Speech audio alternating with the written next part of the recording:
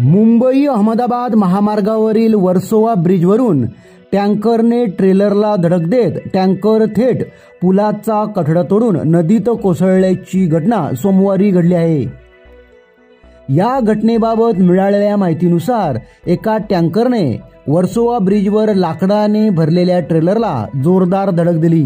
त्यानंतर हे टँकर वर्सोवा ब्रिजचा कठडा तोडून थेट नदीत कोसळले। या अपघातात टँकर चालक पाण्यात तरंगत असताना ब्रिजवरून दोरी टाकून त्याला वाचवण्याचा प्रयत्न तेथील नागरिकांनी केला।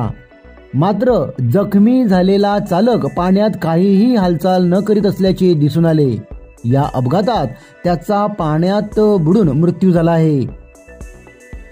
मुंबई अहमदाबाद महामार्गावर वाहतूक कोंडीचा सामना जवळपास रोज प्रवाशांना करावा लागत आहे। त्यातच हे अधूनमधून घडणारे अपघात प्रवाशांसाठी अत्यंत धोकादायक बनू लागले आहेत। दरम्यान या घटनेची माहिती मिळताच महामार्ग वाहतूक पोलीस व महापालिकेच्या बचाव पथकाने घटनास्थळी धाव घेत नदीच्या पाण्यात बोटीने वाहन चालक व टँकरचा शोध सुरू केला असून टँकरमध्ये आणखी किती जण होते याची मात्र माहिती मिळाली नाही।